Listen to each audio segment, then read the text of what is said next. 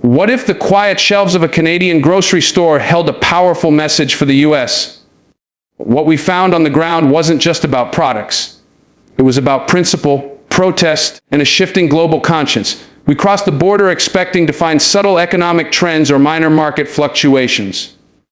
Instead, we uncovered a silent movement, one that's reshaping consumer behavior in Canada and sending shockwaves across US corporate boardrooms.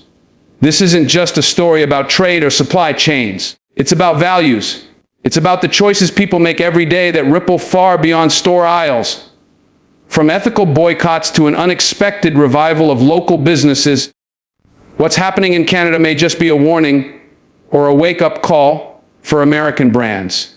Let's dive into what we discovered and why it matters more than you think. A noticeable shift in Canadian consumer behavior driven by ethical concerns, particularly regarding U.S. companies' political affiliations and international stances. When we began observing Canadian markets, the first and most striking revelation wasn't just what people were buying. It was what they were deliberately avoiding. A growing segment of consumers isn't merely browsing shelves for convenience or price, they're making decisions rooted in conscience. We saw it in the way U.S. based products were overlooked, even when competitively priced or heavily advertised. There's a moral calculus now embedded in daily purchases. What used to be subconscious is now deliberate. Canadians are asking, where did this come from? Who profits? And what values does that company stand for? This isn't mere economic retaliation. It's ethical filtration. In interviews and candid conversations with everyday shoppers, a recurring theme emerged: disillusionment with the perceived moral failures of American corporations and policies. Many reference specific global conflicts, environmental stances, and the U.S. government's alignment with corporations seen as complicit in social or geopolitical injustices. One shopper told us bluntly, "Why would I spend my dollar on something that supports a system I fundamentally disagree with?" What's powerful here is not just the rejection, but the replacement. Canadian consumers aren't simply boycotting, they're investing in alternatives. Local brands, ethical co-ops, and small batch Canadian producers are witnessing a renaissance. It's a conscious redirection of capital. This shift is, in effect, a democratic process played out on a store shelf. The vote isn't cast once every 4 years, it's cast every day at checkout. Philosophically, this represents something larger, a reclamation of agency. In an increasingly globalized and corporate-dominated world, many feel disempowered. But boycotting is an act of resistance that reconnects personal values with personal choices. It's a subtle revolution, quiet but deliberate, and it's spreading. Psychologically, this movement taps into what behavioral economists call identity-based decision-making. People don't just consume for utility anymore. They consume to express who they are and what they stand for. That has profound implications. If a corporation's values don't align with those of the consumer, loyalty dissolves. Trust isn't transactional, it's philosophical. And here's the part many American companies have failed to understand: this isn't a temporary protest. It's becoming embedded in the Canadian cultural fabric. It's taught in classrooms, preached in communities, and shared across digital platforms. People no longer see themselves as passive consumers. They see themselves as ethical participants in a larger narrative. Let that sink in. A soda can, a fast food wrapper, or a tech gadget is no longer just a product. It's a symbol. And when symbols no longer represent shared values, they are discarded quietly and with purpose. This isn't about product quality or brand popularity anymore. It's about principles. And when people begin aligning their spending with their ethics, markets change. The question for American companies isn't whether their products are affordable or available. It's whether they're acceptable. That subtle shift is where revolutions begin. Canadian businesses are quietly capitalizing on U.S. boycotts by building trust-based ecosystems centered on national pride, ethical transparency, and local resilience. As we went deeper into the Canadian business landscape, it became clear that this movement isn't just about consumer pushback. It's also about a strategic response from local businesses that have sensed a rare and transformative opportunity. Across provinces, small and medium-sized Canadian companies are quietly re-engineering the rules of competition, not by mimicking the scale of American corporations, but by offering something those corporations often lack: trust, authenticity, and alignment with the values of their communities. In city co-ops, boutique manufacturers, and independent food brands, we encountered a different kind of ambition, one not driven by aggressive expansion or mass market domination, but by a desire to create resilient, principled ecosystems. These businesses aren't trying to out-advertise their American counterparts, they're out connecting them, and that makes all the difference. One food producer in Ontario explained it simply: we're not trying to go global, we're trying to go deeper into our own community's needs, fears, and expectations. If we do that right, we won't need to scale. The people will choose us naturally. That philosophy is what's reshaping Canada's internal economy. These businesses aren't competing on superficial grounds. They're building trust, and trust, once earned, is hard to disrupt. We saw examples of loyalty where customers weren't just returning, they were becoming advocates, voluntarily promoting brands they believed in because they saw those brands as extensions of their own ethical compass. Psychologically, this is the inverse of the faceless corporate machine. Consumers today, especially in a post-COVID, politically fragmented, and environmentally fragile world, are looking for signals of humanity. The question they're silently asking is, does this business care about the same things I do? And when the answer is yes, that business isn't just a vendor.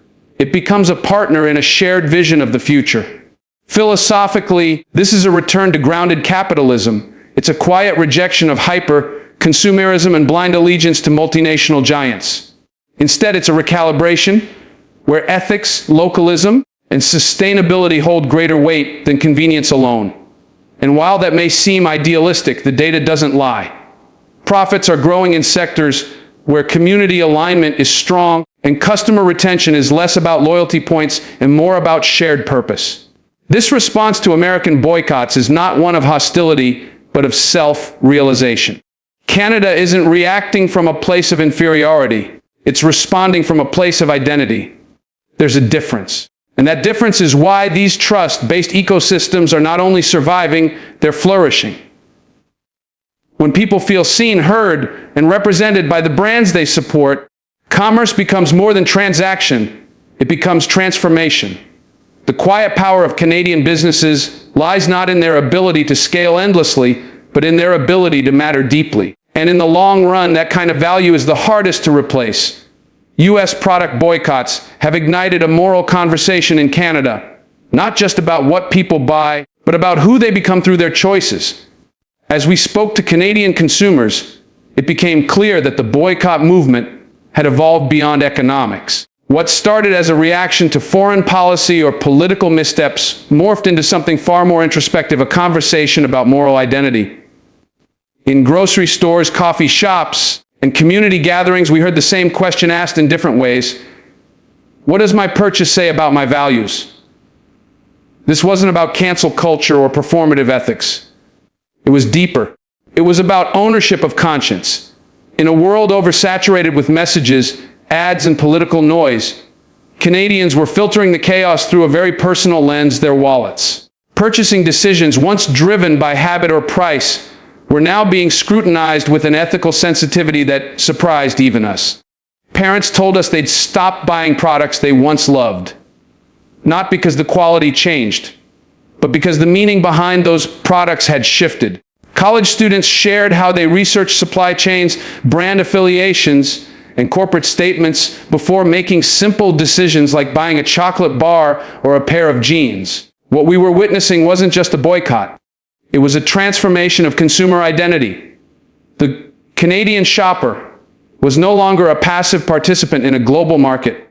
They were becoming a moral agent, selective, awake, and sometimes conflicted. This shift has psychological roots. Humans are narrative creatures. We need coherence between what we say, what we believe, and how we act. When those things align, we feel integrity. When they don't, we feel discomfort. And in the age of social media transparency, supply chain exposure, and activist branding, that dissonance is harder to ignore. People no longer want to be unwitting participants in systems they don't support. They want their choices to mean something to reflect who they are and the world they want to build. That desire is powerful. It transcends national borders and taps into the universal human longing for congruence, where our inner convictions match our outer behavior. Canada, in this moment, has become a mirror reflecting that longing. And the reflection is challenging everyone, not just to shop differently, but to think differently. What we discovered in Canada was not just a reaction to America, it was a revelation about Canada itself, about its values, about its boundaries, about its voice. In choosing what not to buy, Canadians were also choosing what kind of people they wanted to be, and what kind of future they were willing to invest in. What we found in Canada wasn't just about shelves missing familiar American brands. It was about people reclaiming the power of conscious choice. We expected economic analysis. We found a moral awakening. That realization should challenge all of us, no matter where we live, to rethink the way we consume, the values we carry into the marketplace, and the weight of the decisions we make every single day. So here's the advice. Simple but not easy: pay attention to what you're supporting with your money. Every purchase reinforces a system. Ask yourself, does this company align with what I believe? Does it contribute to justice, sustainability, and human dignity? Or does it quietly erode those things while offering me convenience? Educate yourself before you buy. In the age of information, ignorance is a choice. Take the time to understand who profits from your loyalty and what kind of world that profit is building. Don't underestimate the ripple effect of your behavior. One person choosing to boycott, to switch brands, or to speak out may not change the world overnight. But thousands, even millions, acting with shared conviction, that changes economies, that shifts policies, that rewrites corporate strategies, challenge convenience. The easiest option is rarely the most ethical one. Train your habits to align with your principles. It might cost you a bit more time, effort, or money, but the cost of living with inconsistency is far higher in the long run. Speak up, but do it with clarity, not cruelty.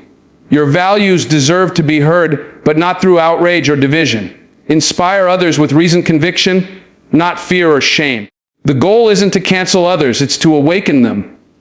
Most importantly, remember that your identity as a consumer is just one layer of who you are. But it's a layer you control every day. Your financial choices reflect not just your taste, but your truth. The people we met in Canada understood that, and they acted on it, not with noise, but with quiet determination. They chose integrity over impulse, purpose over passivity, and that's what we all need to do now. Wherever you are, start being more intentional. Buy with your conscience. Question what's easy. Support what matters. And realize you don't just live in the economy, you shape it. Because in the end, what you refuse to support speaks just as loudly as what you embrace.